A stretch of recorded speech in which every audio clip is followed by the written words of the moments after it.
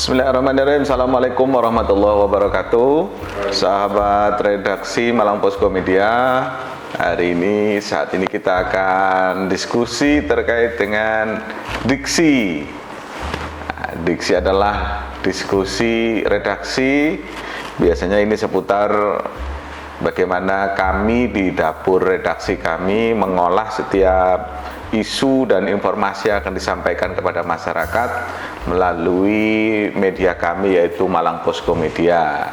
Nah, bagaimana isu yang terhangat pada saat ini adalah terkait dengan pilkada di Malang Raya, karena baru saja kemarin menyelesaikan tahapan pendaftaran pilkada serentak mulai tanggal 27 sampai dengan 29 Agustus dengan waktu yang sangat terbatas di Malang Raya. Akhirnya tidak ada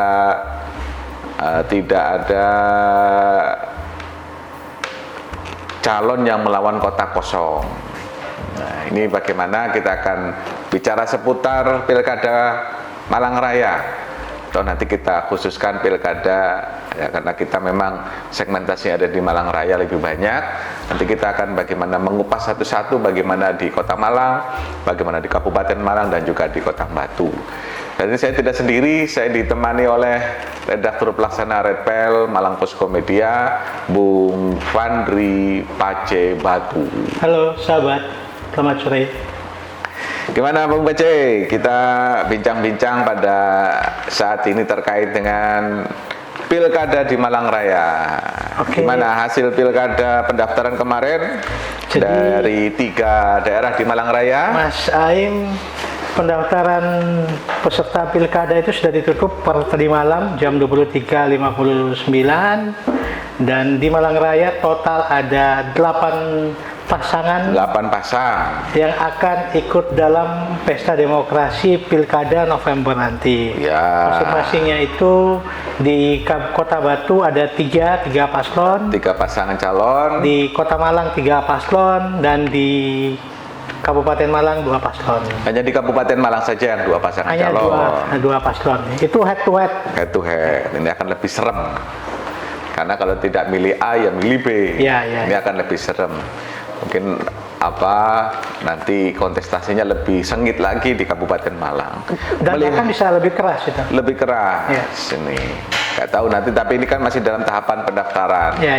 Ini masih dalam tahap pendaftaran. Setelah ini akan ada verifikasi administrasi, nanti ada verifikasi faktual terkait dengan masing-masing form atau dokumen yang sudah diserahkan. Kemarin dua hari ini ya sudah melakukan pemeriksaan kesehatan. Sedang berlangsung ya. Dan pemeriksaan kesehatan yang di 3 calon yang ada di Kota Batu melakukan pemeriksaan kesehatan di Rumah Sakit Karsa Kota Batu. Untuk di Kabupaten Malang dan di Kota Malang, 3 pasangan calon di Kota Malang dan 2 pasangan calon di Kabupaten Malang melakukan pemeriksaan kesehatan di Rumah Sakit Saiful Anwar. Ya. Gimana dengan sudah adanya 3 pasangan calon, 2 dan 3 peta politik di Malang Raya bagaimana? Jadi sebelum kita mendiskusikan peta politik, menurut saya begini Mas. Rupa-rupanya masyarakat kita itu menanti-nanti pilkada. Ya. Itu bisa dilihat saat para pasangan calon mendaftar. Betul. Rame-rame mengantar. Artinya memang publik itu sedang merindukan punya pemimpin yang definitif. Betul. Dan tentu pemimpin yang lebih dekat dengan mereka. Saya pikir ini tanda-tanda baik, karena namanya juga pesta demokrasi. Jadi suasana pestanya mulai terasa. Semoga kita gembira terus. Pilkada nggak tegang. Ya. Soal peta politik, saya pikir di Malang Raya ini agak berbeda ya. Agak berbeda dengan konstelasi politik secara nasional. Residu pemilihan presiden, pemilu Februari 2024 dan politik Jakarta itu tidak terlalu kuat di Malang. Residunya nggak kuat, walaupun konstruksi politiknya terasa. Itu kita bisa lihat pada bangunan koalisi Kim plus dan non Kim. Kalau di Batu itu kan sudah baur-membaur ya. Betul. Contohnya PDI Perjuangan dengan Nasdem. Ya. Nasdem belakangan ikut Kim plus. Betul. Di Kabupaten Malang, PDI Perjuangan yang berbeda, yang tidak ikut dalam Kim plus justru berada bersama Gerindra, Ya. PKB dan beberapa partai Kim plus mengusul incumbent atau petahana.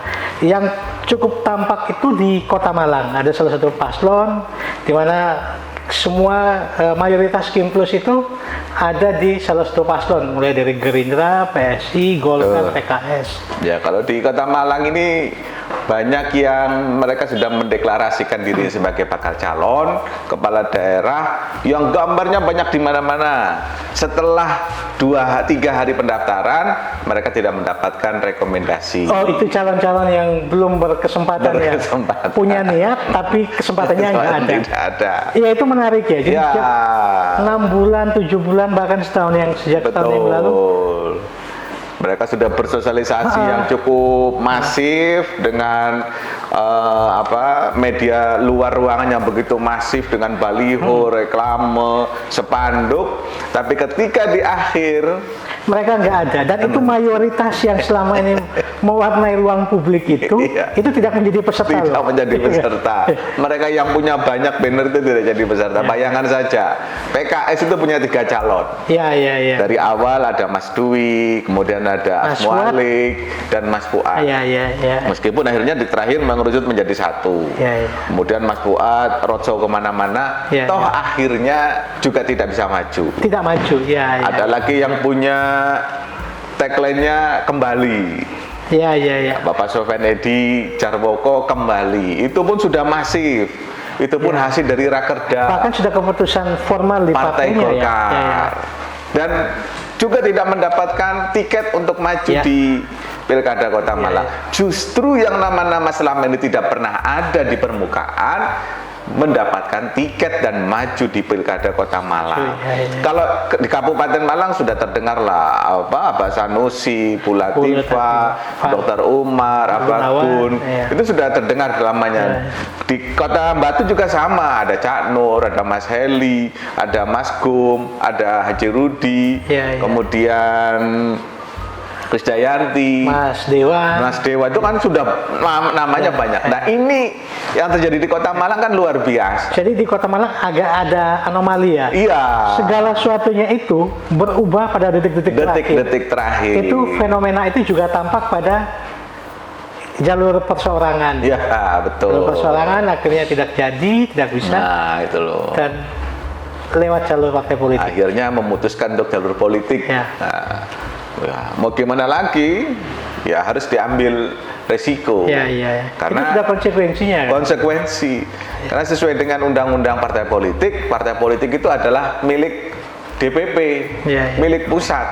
Keputusan di DPP. Meskipun ada keputusan di tingkat internal, tingkat DPD, tingkat DPC. Itu hanya usulan ya? Hanya usulan. Karena di Rekom itu kan kopnya DPP. Ditandatangani ketum. Iya. Di form B1 KWK itu kan kopnya DPP, tanda tangan DPP itu loh. Nah, yang di bawah hanya tinggal menjalankan. Saya tidak bisa membayangkan bagaimana mereka yang namanya sudah banyak kemudian dibicarakan oleh masyarakat, tiba-tiba di last minute tidak ada. Justru yang lamanya tidak ada malah ada. Contoh, Abah Anton bergandengan dengan Mas Dimyati Ayatullah. Nggak ada Mas Dimyati Ayatullah selama ini, nggak ada gambar, nggak ada. Kita bahkan saya masih sempat salah menduga Dimyati yang mana kayak begitu kan. Cuma so Dimyati sing konco dewe gitu. Jadi Abah Anton tuh punya pembantu, punya asisten namanya Dimyati juga. Awalnya kita itu ya asistennya Abah Anton gitu loh, karena sebelumnya Abah Anton pernah nge-share di Instagram kalau ini bakal calon, tapi tidak tahu bakal calon apa, menggunakan base cap warna merah dengan belangkonnya itu, dan itu ruame. Nah, ketika detik-detik akhir rekomendasi mau dikeluarkan, muncullah nama Dimyati Ayatullah. Awalnya kita tidak paham siapa Pak Dimyati Ayatullah. Begitu juga dengan PDIP. Waduh, sebagai partai pemenang di Kota Malang, pemilu legislatif, kemudian PDIP masih nggak tahu siapa sampai detik terakhir ini. Siapa calonnya ini, detik-detik terakhir. Sehingga akhirnya DPP PDI menjatuhkan rekomendasi kepada Sam Hace atau Heri Cahyono yang awalnya maju melalui jalur perseorangan. Ketika jalur perseorangan di detik terakhir tanggal berapa? 19 Agustus dinyatakan tidak memenuhi syarat dukungannya, akhirnya ikut jalur partai politik, beralih mencari rekomendasi melalui partai politik yang awalnya jalur perseorangan, akhirnya maju melalui PDIP. Mungkin PDI itu ya melihat realita. Realita, karena kalau lihat dari hasil surveinya Denny JSA yang sebelum-sebelumnya di awal-awal Juli, di akhir Agustus itu memang namanya Sam Hace itu ya lumayan secara elektabilitas. Dari hasil surveinya Denny JSA itu tingkat elektabilitas Abah Anton masih tertinggi di angka 42%. Kemudian di bawahnya ada Sam Hace dengan angka 11%. Kemudian di bawahnya ada Pak Wahyu. Kemudian nama-nama yang lainnya, termasuk Pak Sutiaji juga ada di surveinya Denny JSA itu. Nah, mungkin secara realita partai PDI juga melihat itu gitu loh. Melihat peta, melihat elektabilitas masing-masing. Siapa yang punya elektabilitas tinggi ini? Kalau Sam Hace kan memang dia sudah jalan itu 1,5 tahun lebih, karena dia harus menyiapkan jalur perseorangan, menyiapkan dukungan 44.000 awalnya. 44.882 yang harus disiapkan, sehingga Sam Hace sudah sosialisasi sudah lebih dulu dia. 1,5 tahun dia sudah menggarap Kota Malang gitu loh. Dan yang tidak terduga juga wakilnya Ganis juga. Ganis itu kan DPRD terpilih Kota Batu, dilantik di DPRD Kota Batu, dan akhirnya harus mundur, harus PAW untuk jadi kontestan di Pilkada Kota Malang. Gitu. Ini kan di menit-menit terakhir ya mereka itu ditetapkan sebagai Awalnya Heri Cahyono juga sudah punya wakil ketika di perseorangan. Ada Rizky Boncel yang pernah juga kita datang di podcast kita. Soal misteri pasangan itu kan yang paling cukup mengundang jadi misteri itu kan di Kabupaten Malang ya. Pendukung PDI Perjuangan itu menentukan pilihan kepada siapa kan. Setelah ada gejolak internal seperti itu antara Pak Sanusi atau Pak Gunawan, yang Pak Gunawan juga kader PDI Perjuangan, sama-sama kader PDI Perjuangan. Tapi toh pada akhirnya diberikan kepada Pak Sanusi. Itu saya pikir pilihan-pilihan begitu juga karena survei ya harus realistis kan. Betul. Realistis, tentukan pilihan. Tentu realistisnya ya survei menjadi acuannya seperti itu. Ya, yang memang yang kalau di kabupaten mungkin seperti itu. Kalau yang di Kota Malang yang detik-detik terakhir itu yang mungkin mengejutkan banyak pihak gitu loh, ketika kemudian 13 partai menjadi satu. Itu di luar dugaan. Itu di luar dugaan kita. Saya mengamati konstelasi itu tidak terlepas dari politik elit di Jakarta. Karena paketan paling tampak itu terjadi pada Golkar ya.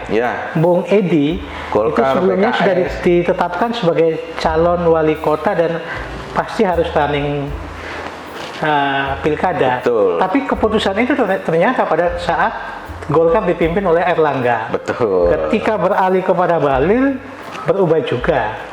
Dan rekomendasinya ternyata tidak kepada kader Golkar. Jadi rasa-rasanya di Kota Malang itu baru sekali ini Golkar itu partai senior, tapi tidak punya figur yang bertarung di pilkada. Padahal kalau dihitung Bung Edi itu incumbent.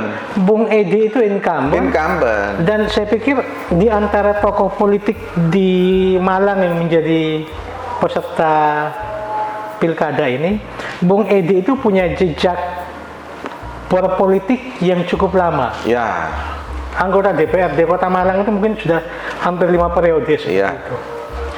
Sempat jadi wakil wali kota, sudah beberapa tahun menjadi ketua Partai Golkar, berkarir politik di Partai Golkar. Tingkat ketokohannya saya pikir juga oke, dikenal kayak begitu. Tapi toh pada akhirnya di menit-menit terakhir harus mengikhlaskan, legowo, memberi dukungan. Padahal sudah ada politisi PDI yang politisi Partai Golkar menyatakan secara kursi dia punya banyak, punya 6 ya, punya 6 kursi, dikalahkan dengan 2 kursi. Iya. Tapi itu realita politik. Ya, itu realita politik yang tidak bisa dihindari. Karena sekarang ada dengan konstelasi politik yang ada di Jakarta, baik dengan Kimnya, Kim Plus, mau tidak mau akhirnya mungkin Malang bagian dari paket itu. Malang bagian dari paket itu, sehingga kayak seperti Golkar yang sudah secara perolehan suara besar, kemudian secara kursi juga punya banyak, termasuk dengan PKS. Punya basis pemilih yang jelas. Basis pemilih yang jelas, punya ideologi, itu basis ideologis itu kalau Golkar, termasuk PKS. PKS juga. PKS akhirnya harus merelakan kadernya, tidak ada yang direkomendasi. Padahal kalau kita lihat jejak partisipasi politik PKS di Kota Malang, saya trennya kan bagus. Dia punya bisa menghasilkan tokoh-tokoh baru, visioner. Betul. Tingkat elektabilitas partainya juga bagus, gitu ya. Tapi kemudian kita bertanya-tanya, kok tidak mengajukan calon sendiri? Mungkin tadi itu seperti kata Mas Sain, karena paketan di Jakarta akhirnya mengikhlaskan. Betul. Dan itu juga hampir banyak terjadi di banyak daerah. Di banyak daerah kayak di Jakarta, Jawa Barat. Itu kan konstelasi politiknya tarik ulurnya sangat luar biasa kan. Tarik ulur sangat luar biasa, sehingga ada daerah-daerah yang memang udah paketan Kim, mau ndak mau harus ikut gitu loh. Tapi kita ndak tahu ini kenapa Kota Malang, Partai Golkar, Partai PKS tidak mau untuk, sebenarnya kalau dia mau mencalonkan sendiri juga bisa. Karena sekarang bukan dihitung jumlah kursi, tapi jumlah suara. Untuk maju di Kota Malang hanya butuh 37.000 suara. Gitu loh. Kalau mungkin ngelihat jumlah suaranya, mungkin bisa Golkar sama PKS maju. Itu bisa. Kan detik-detik terakhir kan mau ada begitu kan skemanya politik Partai Golkar dengan PKS. Untuk memajukan pasangan Sofyan Edi dengan Fuad. Dan itu playernya sudah banyak beredar di media-media sosial gitu loh. Kemudian detik-detik terakhir berubah semuanya gitu loh. Itulah politik kita seperti itu. Sangat cair, bisa berubah kapanpun. Apalagi mereka yang selama ini gambarnya banyak di mana-mana. Ada Ardentia, ada Kak Fai, siapa lagi yang banyak gambarnya itu? Sampandi. Ini Supandi ini dari detik terakhir sudah tidak banyak dibicarakan oleh banyak orang gitu loh. Ketika awal saja banyak gambarnya, belakangan sudah semakin meredup. Ardentia yang juga awalnya sampai merelakan diri masuk ke Partai Golkar dari PSI, pindah partai pun tidak bisa mendapatkan rekomendasi. Kak Fa yang terakhir masuk untuk melakukan penetrasi mendapatkan elektabilitas yang tinggi di Malang juga tidak mampu untuk mendongkrak itu semua. Nah, ini memang adalah pilkada yang sangat luar biasa kalau menurut saya ya. Selama kita meliput pilkada, dan ini pilkada yang paling wah gitu loh. Maksudnya apa? Wah, baru rekomendasi. Wah, kok iki sing metu. Kalau pilkada sebelumnya itu kan beberapa bulan sebelum pendaftaran itu kita sudah tahu rekomendasinya. Partai ini akan mengajukan siapa saja. Betul. Tapi di pilkada yang serentak ini itu tidak terjadi. Itu serba kejutan kan. Ini semua serba kejutan, dan ini artinya punya PR yang berat bagi semua pasangan calon, dengan waktu yang singkat kemudian dipasangkan, sehingga ini 3 bulan ke depan harus genjot terus-terusan. Karena Agustus, September, Oktober, November sudah coblosan tanggal 27. Mau tidak mau, semua pasangan calon ini harus ngegas terus. Iya, iya. Mau tidak mau, karena genderang politik sudah ditabuh. Sudah ditabuh.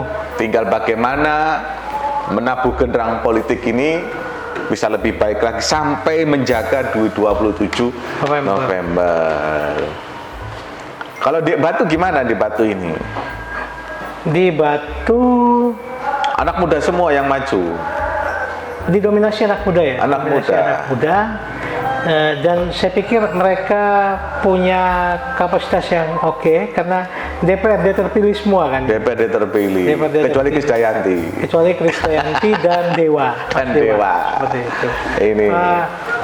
Kalau di Batu itu saya lihat. Tapi itu politisi Senayan dua-duanya. Ya. Tapi saya melihat mereka secara mengelola isunya menarik di Batu itu. Ya. Jadi isu atau gambaran visi mereka itu kan masih seputar bagaimana mempertahankan kota Batu dengan ciri khasnya sebagai kota wisata, kota pertanian, ya, seperti itu. Kota wisata yang berbasis isu-isu lingkungan itu cukup kuat di Kota Batu. Ya, itulah kira-kira kontestasi politik yang sangat luar biasa di Malang Raya. Tapi di Batu itu kan nyaris jadi kejutan hebat juga kan? Ya. Krisdayanti pada suatu malam membuat Insta story bahwa tidak maju. Itu jangan-jangan marketing S3 itu. Ya. Dan itu cukup menyulitkan kita di redaksi. Akhirnya tengah malam harus mencari segala konfirmasi hanya untuk memastikan Krisdayantinya maju apa tidak. Ternyata besok konfirmasi bahwa tetap maju. Pada pembaca kita mungkin tidak paham, Bung. Awalnya kita di halaman itu sudah pasang. Oh iya. Kita sudah pasang di layout itu sudah selesai. Krisdayanti berpasangan dengan Mas Dewa. Itu sudah selesai kita pasang. Kemudian sudah ketika lengkap dengan judulnya. Tapi ketika malam itu ada Instastory. Ya. Kita baca Instastory-nya Krisdayanti dan itu menjadi diskusi yang sangat luar biasa di newsroomnya Malang Posko Media. Ada beberapa kemungkinan. Yang satu, ada asumsi bahwa HP-nya dihack. Ya. Yang kedua, karena apa? Ini benar. Ya. Ini langsung dari Krisdayanti karena Instastory-nya Krisdayanti. Ya. Setelah kita mencoba konfirmasi kanan kiri ke ketua DPC, ke pasangan calon, toh juga tidak mendapatkan jawaban, dan mereka masih mencari jawaban juga gitu. Dan baru terkuak ketika pagi hari. Ya. Karena pengurus DPC dari PDI Kota Batu juga mencari tahu apa benar. Padahal siang harinya mendapatkan rekomendasi dari baru mendapat rekomendasi dari Bu Mega. Tapi tiba-tiba oh, ini jangan-jangan marketing S3 ini. Ya, bisa agar apa? Agar banyak orang membicarakan. Semakin membicarakan orang banyak, semakin ada di top mind-nya masyarakat. Itu juga bisa jadi strategi cek ombak. Ya. Ketika mendekati pemilu itu, ketika dibikin isu begitu, bagaimana respon publik? Respon publik akan dilihat kan. Oh, ternyata begini. Ternyata banyak yang mendukung. Banyak yang menyayangkan kalau mundur. Ya, inilah kira-kira kontestasi politik yang naik turun. Tapi kita nanti ini masih ada masa kampanye, kemudian nanti masuk. Ini belum ya, sekarang masih dalam tahap verifikasi administrasi oleh KPU. Nanti ada masa perbaikan sampai nanti penetapan di tanggal 20-an ya. Penetapan calon itu tanggal 20-an September. Setelah itu ngambil nomor urut, kemudian digas kampanye. Sampai dengan kampanye itu tanggal 20, 27, 26, 25, 24 sampai tanggal 23. 23 terakhir masa kampanye. Ya memang singkat. Ini step-stepnya singkat sekali ini. Jangankan begitu, aturan terkait dengan pencalonan kepala daerah saja baru selesai H-1 atau H-2. Tapi terlepas dari masa kampanye yang mungkin tidak terlalu lama, tapi setidaknya paslon dan tim pemenangannya itu betul-betul memanfaatkan masa kampanye ini sebagai sarana pendidikan politik kepada masyarakat, mengedukasi pemilih, supaya pemilih itu memilih dengan tepat ya. Iya, Tapi saya betul. pikir begini, dengan sepanjang ada lebih dari 2 calon, 3 calon di Kota Malang misalnya, 3 calon di Kota Batu, itu sudah menyuguhkan pilihan yang terbaik kepada calon pemilih. Jadi itu akan membuka kesadaran kritis dari pemilih, dia harus memilih yang bagaimana kayak gitu kan. Titik kerawanannya pun tidak terlalu. Ya, atau di Kabupaten Malang juga. Kabupaten Malang itu kan dengan 2 pilihan itu kan memaksa orang untuk memilih betul-betul berdasarkan pilihan yang tentu ada dasarnya. Ya. Seperti itu. Tapi kalau bicara pilkada Kabupaten Malang ya Mas Saim, saya pikir itu di Kabupaten Malang itu harus dikemas, disiasati dengan sangat baik karena tingkat kerawanan atau potensi konfliknya besar Potensi sekali. konfliknya besar. Karena hanya ada dua pasang. dan tokoh-tokoh yang bertarung ini berasal dari latar belakang yang hampir sama. Ceruk pemilihnya sama. Kalau tidak dikelola dengan baik itu rawan sekali. Betul. Ya, potensinya konflik memang cukup besar di Kabupaten Malang. Nah, karena itu butuh bijak dari masing-masing tim. Jangan sampai malah meruncingkan perbedaan. Meskipun nanti mau nggak mau di lapangan dengan 2 calon head to head, ini akan potensi konfliknya lebih tinggi.